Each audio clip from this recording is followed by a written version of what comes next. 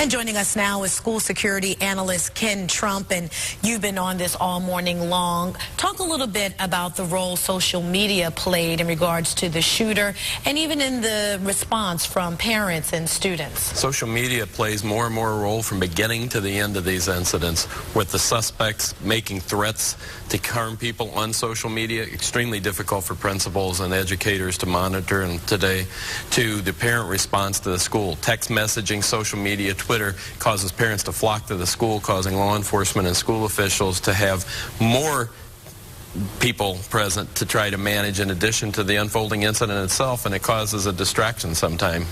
Let's talk about on Twitter. There is a picture that's going around that when you see these types of things, you don't know if it's real, you know, if a person is just doing a copycat type of thing, and that's a really tough spot to be in for schools as well as parents.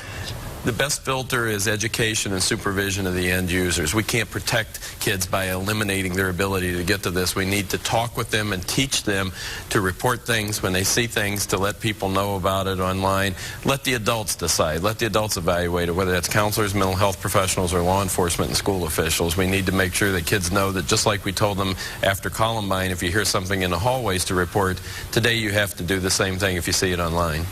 Well, one thing that from the press conferences we've learned is that the students and teachers, they had been doing drills in case something like this happened.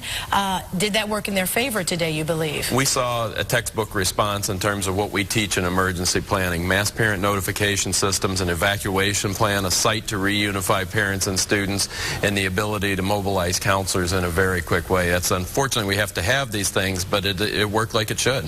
And if you're a parent sitting at home and you have a student at Chardon High School, I listened to your interview earlier today, and you're saying that this week will probably be one of the safest weeks, because as a parent, you're wondering, you know, I want my child to be safe, but what happens next? You know, yes, everything's good this week because we're all paying attention to it, but we know in time things tend to kind of slow down.